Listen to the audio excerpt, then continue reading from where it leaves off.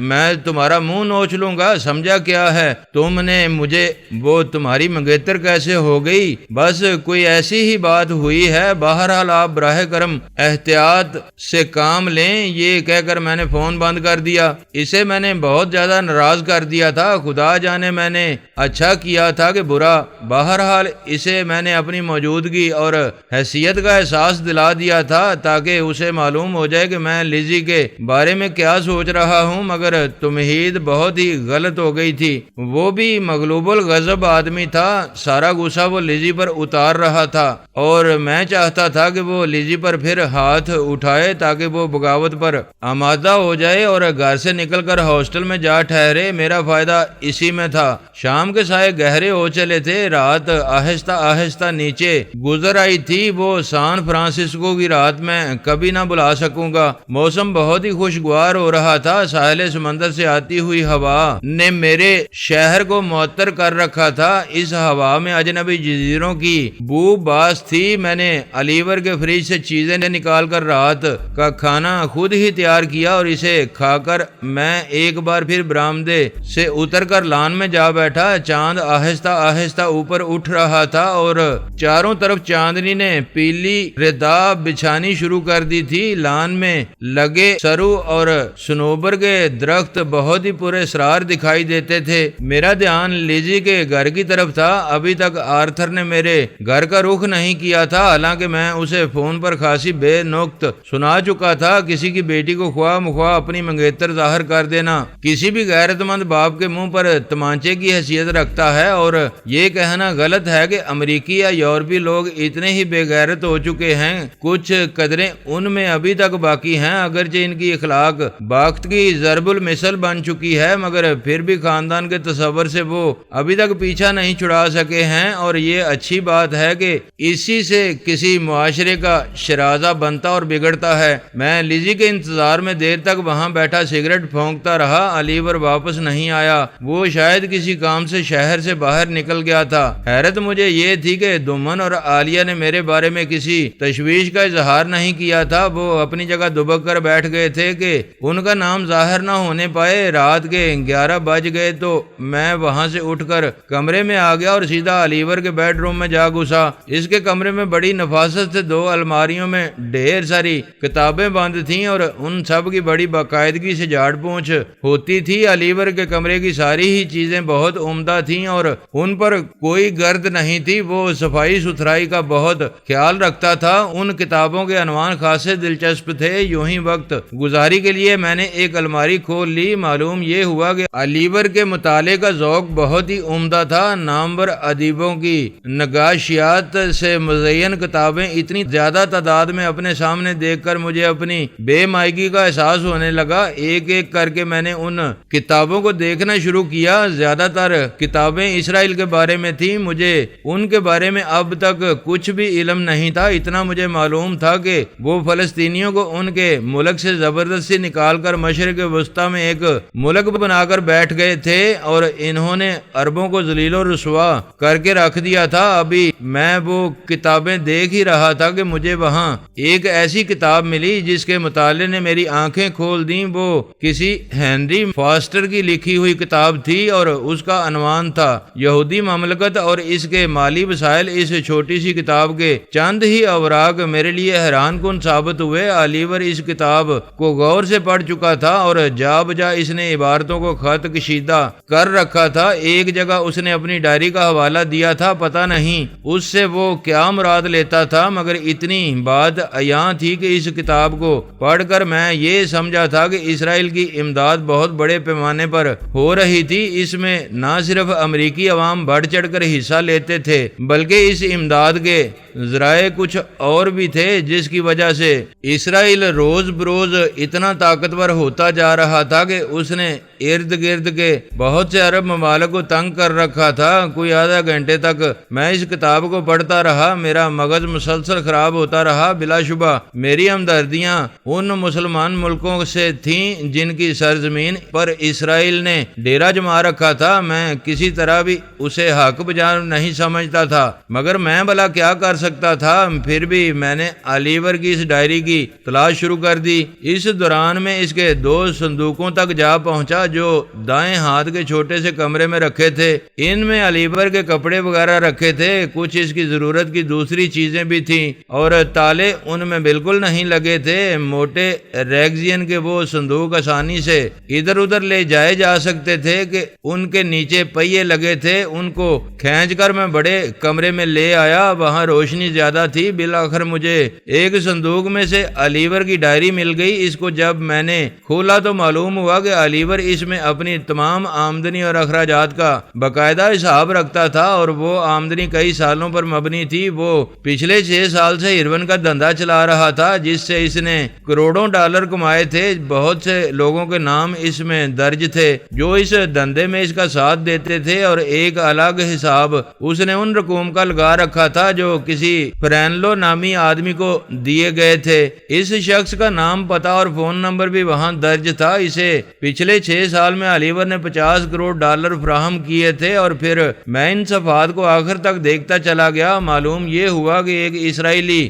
وزیر جیکسن باقاعدگی سے امریکہ آتا رہا ہے۔ اس کا ذکر علیور نے زیادہ تفصیل سے کیا تھا، وہ اس کا گہرا دوست تھا۔ علیور نے اسی ذکر میں بتایا تھا کہ اس نے جیکسن کو اسرائیل کی امداد کے طور پر 40 کروڑ ڈالرز فراہم کیے، اور وہ سب کے سب صرف ہیروین کی درآمد سے حاصل کیے گئے جو مختلف ممالک سے امریکہ لائی جاتی تھی، اور پھر وہاں سے نہ صرف امریکہ بلکہ ارد گرد کے ممالک میں بھی فراہم کر دی جاتی تھی۔ ہیروین کو اس نے دنیا میں اسرائیلی امداد کا سب سے بڑا ذریعہ اور وسیلہ بتایا تھا۔ سمجھ میں نہیں آتا تھا کہ فرینلو ہے کون۔ ساری رقمیں اسی کے ذریعے جیکسن، موشے دایان اور مس روزالی کو فراہم کی گئی تھیں۔ اس کا مطلب یہ تھا کہ ہیروین کی سمگلنگ کا سب سے زیادہ فائدہ تو اسرائیل کو پہنچ رہا تھا۔ وہ ساری رقوم جنگی تیاریوں پر خرچ ہوتی تھیں، اور میں صرف ایک ہی آدمی، ایک ہی ذریعے اور ایک ہی وسیلے کو سمجھ سکا تھا، ورنہ دوسرے ممالک میں بھی اسرائیل کے کارندے کام کرتے ہوں گے، اور وہ بھی اسرائیل کو ایسے ہی طریقوں سے سرمایہ فراہم کرتے ہوں گے۔ کیا فرینلو وہی آدمی تو نہیں ہے جسے علیور بار بار چیف کہہ کر پکارتا ہے؟ اچانک یہ شبہ میرے اندر دماغ میں ابھرا تو میں نے اس کے دونوں ٹرنک اٹھا کر دوسرے کمرے میں رکھ دیے، اور ڈائری کا وہ صفحہ سامنے رکھ کر میں نے فون پر اس کے نمبر گھمائے۔ کوئی 5 سیکنڈ بعد کسی نے فون اٹھا لیا اور بڑی بھاری بھرکم آواز میں بولا، ہیلو، دیکھیں میں ولسن بول رہا ہوں لاہور سے، مجھے مسٹر سے بات کرنی ہے، ان سے ملوا دیں۔ فرینلو، گاڈ ڈیم اٹ، اس کا نام کا کوئی آدمی یہاں نہیں، مجھے علیور نے ان کا یہی نام بتایا تھا۔ تم باڑ میں جاؤ، یہاں کوئی فرینلو نہیں رہتا ہے، اور ہم کسی علیور کو بھی نہیں جانتے ہیں، اور تم سن آف اے ڈنکی ولسن ہو گئے۔ وہ تمہارے جیسی گدھے کی آواز میں انگریزی نہیں بولتا ہے، وہ خالص امریکی ہے، سمجھے؟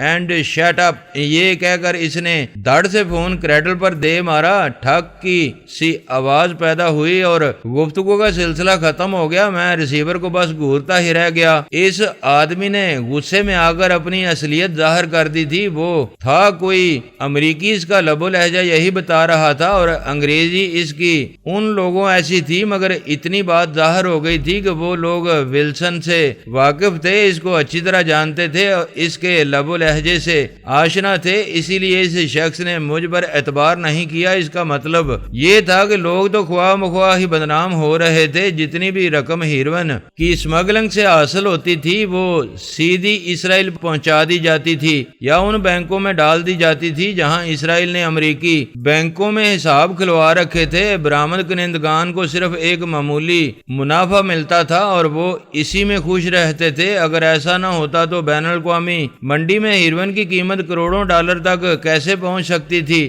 لوگ برباد ہو رہے تھے، ہزاروں لاکھوں گھر تباہ ہو چکے تھے، مگر اصل فائدہ اسرائیل اٹھا رہا تھا۔ ادھر کوئی فرینلو تھا جس کے لیے دومن، عالیہ ولسن اور علیور اور لوگ مسلسل کام کر رہے تھے، اور میں بھی ان کی لسٹ میں آ گیا تھا۔ اس سے زیادہ کہ اب میری واپسی ناممکن ہو گئی تھی۔ ایک بات تو البتہ واضح تھی کہ انہوں نے اس شخص کا پتہ کاٹ دیا تھا، اس پیٹر ہاک کا۔ ان کا سراغ لگانے میں بڑی حد تک کامیاب ہو گیا تھا، لیکن انہوں نے اپنا راز بڑی صفائی سے چھپا لیا تھا۔ فون پر جو آدمی بھی موجود تھا۔ اسے ولسن کی آواز کا بھی علم تھا، وہ جانتا تھا کہ ان کے کارندے کہاں کہاں کام کرتے ہیں اور کس جگہ کس کو کون سا کام تفویض کیا گیا ہے۔ سازش بہت ہی بین الاقوامی حیثیت اختیار کر گئی تھی۔ ممکن ہے فرینلو کے حکم سے ہی مجھے وہاں ڈال دیا گیا ہو، صورتحال کا صحیح اندازہ مجھے نہیں ہو رہا تھا۔ بہرحال میں نے فیصلہ کر لیا کہ کل صبح میں فرینلو سے ضرور ملوں گا، جب ہی حالات کا میں مکمل جائزہ لے سکوں گا، مگر میں تنہا آدمی اتنے بڑے بین الاقوامی گروہ کو کیسے شکست سے دوچار کر سکوں گا؟ وہ تو کسی بھی وقت مجھ پر غالب آ سکتے تھے۔ عین ممکن ہے کہ فرینلو کے پاس بھی کوئی ایسی ہی انگوٹھی موجود ہو جو اسے تحفظ فراہم کرتی ہو۔ اچانک مجھے خیال آیا کہ میرے پاس جو انگوٹھی ہے میں اس کو آزما کر دیکھوں۔ وہ انگوٹھی مجھ سے عالیہ نے ذرا دیر کے لیے مانگی تھی اور مجھے ابھی تک اسے دوبارہ آزمانے کا موقع نہیں ملا۔ میرے بریف کیس میں ہارٹن نے پستول رکھ دیا تھا اور اس کی ڈھیر ساری گولیاں بھی۔ میں نے انگوٹھی اتار کر بستر پر نمایاں جگہ پر رکھی اور پستول کی نال کا رخ اس طرف کر دیا۔ میں نے اس پر گولی چلانا چاہی اور یہ دیکھ کر مجھے بہت اطمینان ہوا کہ پستول مکمل جام ہو کر رہ گیا تھا، ہونے کے باوجود اس کی گولی لبلبی کے دھکے سے آگے نہیں نکلی، نال میں جام ہو کر رہ گئی۔ اس کا مطلب یہ تھا کہ انگوٹھی وہی تھی اور اپنا کام دکھا رہی تھی۔ اس طرف سے مطمئن ہو کر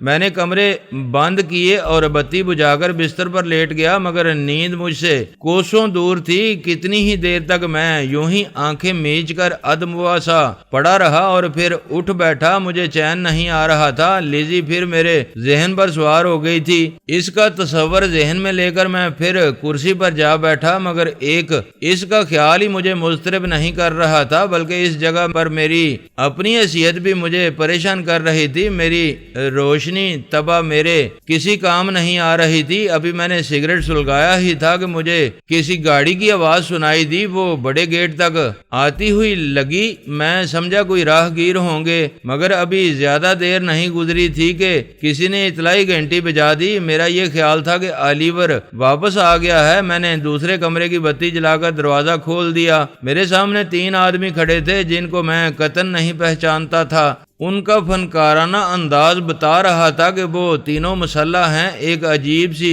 غربہ صفت میری ان کے چہروں سے عیاں تھی۔ تینوں ہی داڑھی اور مونچھوں سے بے نیاز تھے۔ ان میں سے ایک آدمی نے دروازے کے اندر بڑے تحکم سے قدم رکھتے ہوئے کہا، آلیور کہاں ہے؟ آواز اس کی پھٹے ڈول جیسی تھی۔ گردن کی رگیں آواز نکالتے وقت پھول جاتی تھیں۔ مگر تم کون ہو اور بے وقت یہاں آنے کا مطلب؟ میں نے اس کی آنکھوں میں جھانکتے ہوئے کہا، زیادہ سوالوں کی ضرورت نہیں ہے۔ تمہارا نام گیاس ہے؟ ہاں، گیاس نہیں، گیاس۔ پیچھے ہٹو، ہمیں تم سے کچھ بات کرنی ہے، چلو اندر۔ مگر تم ہو کون مسٹر؟ کس نے بھیجا ہے تمہیں؟ مگر اس نے میری بات سنی انسنی کر دی۔ فرینلو کو فون تم نے کیا تھا؟ اوہ، میں سمجھا، گڈ، آؤ اندر آ جاؤ۔ میں دروازے سے ہٹ گیا۔ وہ تینوں پہلے ہی کمرے میں صوفے پر جم کر بیٹھ گئے۔ ان کی نظریں مسلسل میرے چہرے پر مرتکز تھیں۔ تمہیں یہ کیا سوجی مسٹر ولسن بن کر فون کرنے کا مطلب کیا تھا؟ تم کیا کہنا چاہتے تھے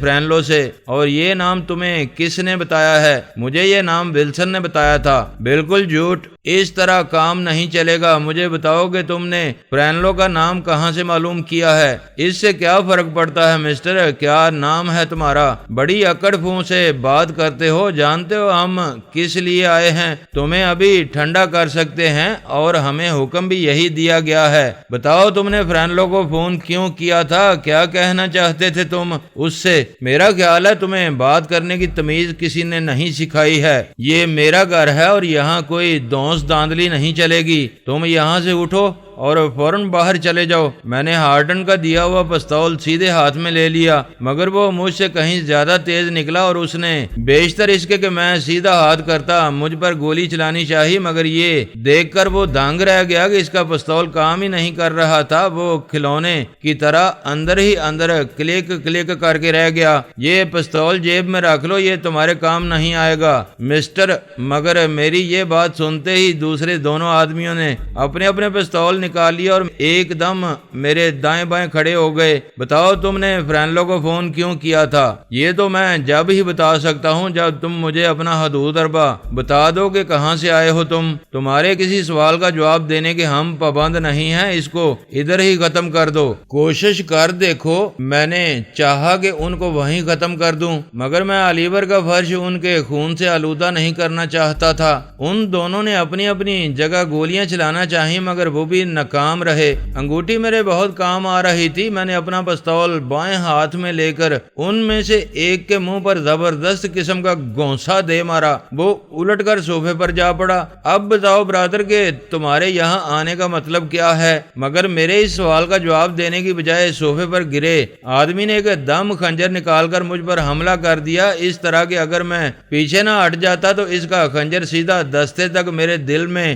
اتر جاتا۔ مجھے پکڑنے کے لیے دوسرے آدمی نے اچانک اچھل کر میرے پیٹ پر لات جمائی۔ میں بری طرح چوٹ کھا کر دیوار کے ساتھ جا لگا۔ اتنے میں خنجر بدست آدمی نے پھر مجھ پر حملہ کیا تو میں نے اس کا نیچے اترتا ہاتھ پکڑ لیا۔ اس کی کلائی ہاتھ میں آتے ہی میں نے کچھ اس طرح مروڑی کہ اس کا خنجر فرش پر جا گرا۔ دوسرے ہاتھ سے میں نے اس کی گردن پکڑ لی اور اس کی رگ بری طرح مسل دی۔ اسے دوبارہ اٹھنے کی مہلت ہی نصیب نہیں ہوئی، مگر اس ذرا سے وقفے سے فائدہ اٹھا کر اس آدمی نے جو میرے پیٹ پر لات مار چکا تھا سنبھل کر ایک کڑکڑاتا ہوا گراری دار چاقو نکال لیا۔ اس کی کڑکنے کی مجھے ایک دم اٹھنے پر مجبور کر دیا۔ تیسرا آدمی ابھی تک صوفے پر بیٹھا تھا۔ میں نے اٹھتے ہی بائیں ہاتھ کا ایک جامپڑ اس آدمی کے منہ پر دے مارا۔ چاقو ابھی تک اس کے ہاتھ میں تھا۔ میرے جامپڑ کا اس نے قطعاً کوئی اثر نہیں لیا تھا۔ مجھے گندی گندی گالیاں دیتا ہوا وہ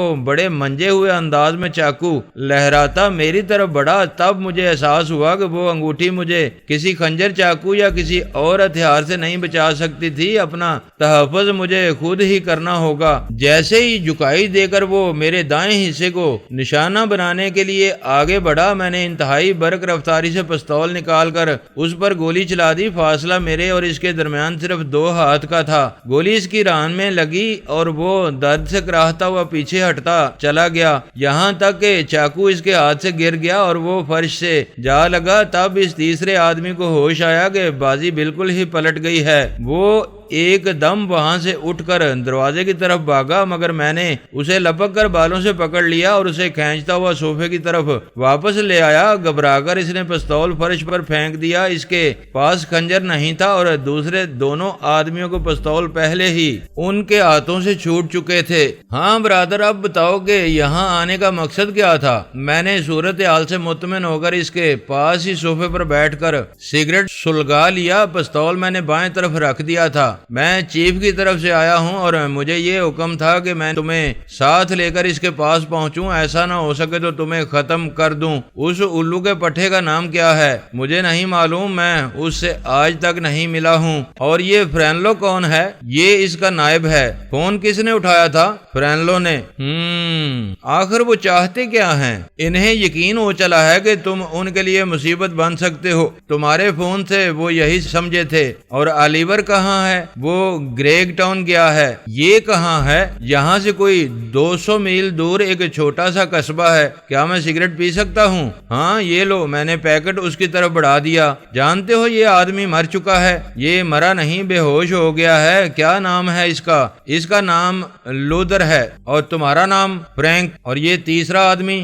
اس کا نام فراسٹ ہے، مگر اس کو کیا ہوا ہے؟ اس کی ذرا بتی گل ہوئی ہے، ٹھیک ہو جائے گا۔ مجھے مار دینے کا حکم تمہیں چیف نے دیا ہے۔ ہاں وہ اب تم سے مزید کوئی کام لینا نہیں چاہتا۔ تم یوں کرو فرینک کہ مجھے اپنے چیف کے پاس لے چلو۔ نہیں، میں اب ایسا نہیں کر سکتا۔ تم اس کے لیے خطرہ بن سکتے ہو۔ یہ نہیں ہوگا۔ یہ کام تو تمہیں کرنا ہوگا۔ ویسے اس کا پتہ مجھے معلوم ہے اور میں صبح اس کے پاس خود جانا چاہتا تھا۔ تم اس سے نہیں مل سکو گے، وہ اپنی جگہیں بدلتا رہتا ہے۔ بکواس کرتے ہو تم۔ کیا وہ گارڈن گارڈن ایونیو میں نہیں رہتا، اس سڑک پر ہے جس پر میوزیم بنا ہے۔ کبھی اس کا دفتر وہاں تھا مگر اب نہیں ہے۔ فون نمبر تو وہیں کا ہے، وہ اس نے تبدیل کروا لیا تھا۔ اٹھو اور ان دونوں کو ہسپتال پہنچاؤ، پھر ہم تمہارے چیف کے پاس چلیں گے۔ نہیں نہیں، یہ زیادتی نہ کرو، میں تمہیں وہاں نہیں لے جا سکتا، تمہارا باپ بھی جائے گا۔ اٹھو۔ میں نے اس کے بال پکڑ کر اسے صوفے سے اٹھا لیا۔ چلو میرے ساتھ، مگر مجھے گاڑی چلانا نہیں آتی، یہ کام میں کر لوں گا۔ نہیں نہیں، میں ایسا نہیں کر سکتا، چیف کو تو میں نے آج تک خود نہیں دیکھا، کسی کو معلوم نہیں ہے کہ وہ کہاں رہتا ہے، تو پھر تم مجھے فرینلو کے پاس لے چلو۔ ہاں یہ میں کر سکتا ہوں، چلو۔ یہ کہہ کر وہ اپنے بال درست کرتا ہوا لودر کی طرف بڑھا۔ ٹانگ پر لگی گولی اسے بری طرح نڈال کر گئی تھی مگر وہ ابھی زندہ تھا، البتہ کھڑا نہیں ہو سکتا تھا۔ پتہ نہیں کیا ہوا، وہ کیا راز تھا جسے وہ مجھ پر ظاہر نہیں کرنا چاہتا تھا، یا اس نے فرینلو سے کوئی عہد کر رکھا تھا، یا وہ کوئی بہت ہی بزدل آدمی تھا لودر کو اٹھانے کی بجائے اس نے پستول اٹھایا۔ میں ابھی اس کا مقصد سمجھ ہی نہ سکا تھا کہ اس نے اپنی کانپٹی پر پستول رکھ کر گولی چلا دی۔ دیکھتے ہی دیکھتے وہ زندہ سلامت آدمی ایک دم بے جان ہو گیا۔ اس کی آنکھوں میں ایسی دہشت ابھر آئی تھی کہ بائدو شاید میں اس کی موت کو کبھی فراموش نہیں کر سکوں گا۔ اس کا رنگ ایک دم زرد ہو گیا، کانپٹی سے خون بہہ کر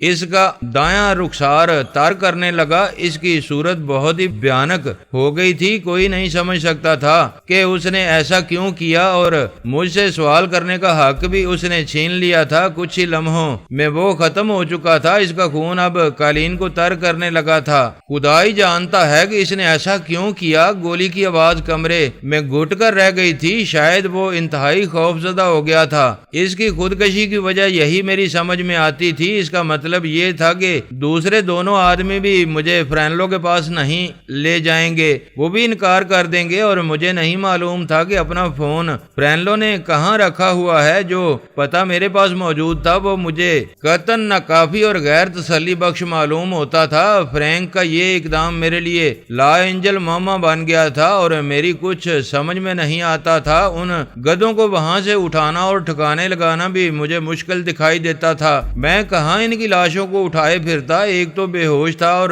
دوسرے کی ران زخمی تھی، اور تیسرا کسی اور دنیا میں پہنچ چکا تھا۔ ایک نئی مصیبت میرے لیے پیدا ہو گئی تھی۔ میں نے پریشان ہو کر ایک بار پھر فرینلو کے نمبر گما دیے۔ میرا خیال تھا وہ وہاں سے اٹھ گیا ہوگا، مگر نہیں، وہ ابھی تک فون پر موجود تھا۔ ہیلو، اس کی بہت ہی دبانگ آواز مجھے سنائی دی۔ میری آواز پہچانتے ہو؟ ہاں میں سمجھ رہا ہوں، تم آرتھر کے پڑوس سے بول رہے ہو، بڑے خبردار معلوم ہوتے ہو۔ تم نے 3 آدمی میری طرف بھیجے تھے۔ ہاں مگر تم ابھی تک وہیں ہو۔ گاڈ ڈیم اٹ، وہ آدمی کہاں ہیں؟ ان کی لاشیں یہاں سے اٹھوا لو۔ کیا بکواس کرتے ہو تم؟ میں تمہارا مغز توڑ دوں گا۔ کیا ہوا ہے انہیں؟ وہ ایک دم بوکھلا سا گیا، اس سے ضبط نہیں ہو رہا تھا۔ میں ٹھیک کہہ رہا ہوں یا پھر اپنا پتہ بتا دو، میں انہیں لے کر وہاں آ جاتا ہوں۔ او شٹ اپ، تم انہیں آؤٹ نہیں کر سکتے، یہ کیسے ہو سکتا ہے؟ مگر یہ سب کچھ ہو گیا ہے مائی ڈیئر فرینلو، اور میں نے تمہیں اسی لیے فون کیا ہے میرے پیارے بچے۔ بہتر ہے کہ تم ابھی وہاں سے چل دو یا کوئی کوڑا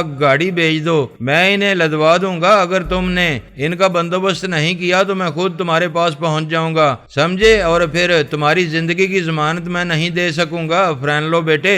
یہ کہہ کر میں نے فون بند کر دیا اور پھر سگریٹ سلگا کر صوفے پر بیٹھ گیا۔ کسی لاش کے ساتھ، اور وہ بھی مسخ شدہ چہرے والی لاش کے ساتھ بیٹھنا ایک عذاب سے کم نہیں ہوتا۔ اس وقت رات کے 11:30 بج چکے تھے۔ فرینلو کا فون دوبارہ نہیں آیا۔ 15 منٹ اسی طرح گزر گئے۔ میں نے ایک اور سگریٹ سلگا لیا، لے دے کر ایک وہی سہارا رہ گیا تھا جس سے میں دل بہلاتا رہتا تھا۔ اچانک دروازے پر کسی نے بہت ہی ہلکے انداز میں دستک دی۔ میرا دل اچھل کر حلق میں آ گیا۔ پتہ نہیں دروازے پر کون آیا تھا۔ میں نے پستول ہاتھ میں لیا اور دبے پاؤں آگے بڑھا۔ دستک پھر ہوئی، اب کی بار ذرا زیادہ بلند تھی۔ کون ہے؟ اوہ سر گیاس احمد، دروازہ کھولیں، آپ خیریت سے تو ہیں؟ یہ لیزی کی آواز تھی۔ میں اور زیادہ پریشان ہو گیا۔ اپنی زندگی کا یہ رخ اسے دکھانا نہیں چاہتا تھا، مگر وہ اچانک ہی آ گئی تھی، اور ان تینوں کو میں نے تو یہاں آنے کی دعوت نہیں دی تھی۔ میں لیزی لیزی کو سمجھا سکتا تھا، میں نے آگے بڑھ کر دروازہ کھول دیا۔ آئیں لیزی، مجھے افسوس ہے یہ کمرہ کچھ اچھا منظر پیش نہیں کر رہا ہے۔ وہ ابھی تک میری اوٹ میں کھڑی تھی اور کمرے میں اس کی نظر نہیں پھری تھی۔ دوستو ویڈیو کو لائک ضرور کر دیا کریں۔ ISI پاک آرمی زندہ باد، پاکستان پائندہ باد۔ معزز ناظرین، اپنا خیال رکھیے گا اور اپنے اس چینل کا بھی شکریہ۔